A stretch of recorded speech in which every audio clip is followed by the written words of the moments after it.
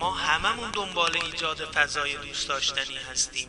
فرزندانمون بخندن، براشون آشپزی میکنیم، فضای امن و مرفهی رو براشون آماده میکنیم، براشون میوه میخریم، غذا میخریم، بستنی میخریم. اما اونجایی که بستنی خوردن فرزند ما باعث ناراحتی کس دیگری باشه، وقتی جلوی کسی که نمیتوانیم برای او هم تهیه بکنیم فرزند ما چیزی بخوره، سعی میکنیم فرزندمون رو یاد بدیم آدم داشته های خودش رو پیشون کسایی که ندارن و نمیتونن بهش دست پیدا بکنن به نمایش نمیذاره. فارغ از اینکه هر دینی رو ما داشته باشیم، به فرزندمون میگیم اسباب بازی هاشو نشان نده به کسی که اگر ببینه دلش میخواد و ما نمیتونیم براش فراهم. این یک رفتار انسانی است. پنیر خوردی؟ نهار چی خوردی؟ پنیر خوردی؟ دیشب یادت شام چی خوردی؟ دیشب که هوا تاریک شده بود، شب شده بود، مثل الان می‌خواستی بخوابی، چی خوردی؟ هیچی نخوردی؟ گشنت بود دیشب؟ به مامانم گفتی گشنت. اون پنیر خوردی؟ صبحونه چی خوردی؟ صبحونم دورو پنیر به نمکی بود. چقدر معمولا پول میدی از نمکی؟ 10 تومن 20 تومن. خب بعد پول رو چیکار میکنی؟ پول میدم به میدی به مامانه؟ شده پولت رو بذاری جیبت خودت بری خرج کنی؟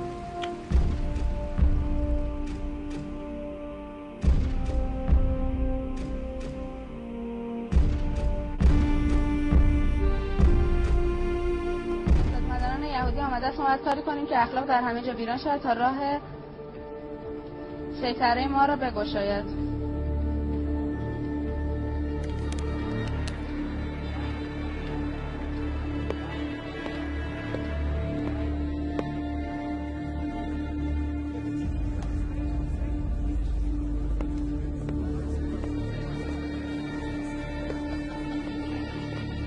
اما سوال اینجاست که چطور من دلم نمیاد خار به پای کسی بره، اما گاهی از کنار این قضیه خیلی راحت میگذرم، این که خار به دل کسی بنشینه، خار به چشم کسی بنشینه. چطور بعضی وقتا لباس پوشیدن من، حرف زدن من، راه رفتن من، خوشحالیای من، بگو بخند من باعث آزار کسی دیگری میشه، اما من از کنارش راحت میگذرم. ایمانش میشکنه، فرو میریزه، ضعیفه، فقیره، دلش میاد به نیازش جواب بده اما دسترسی بهش نداره.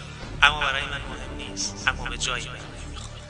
فرهنگ به معنای هوایی است که ما تنفس میکنیم. اگر این هوا تمیز باشد آثاری دارد در بدن شما، اگر این هوا کثیف باشد آثار دیگری دارد.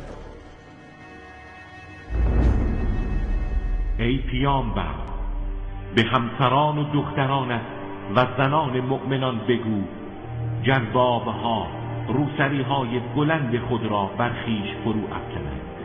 این کار برای اینکه شناخته شوند و مورد آزار قرار نگیرند بهتر است. خداوند همواره آمرزنده رحیم است.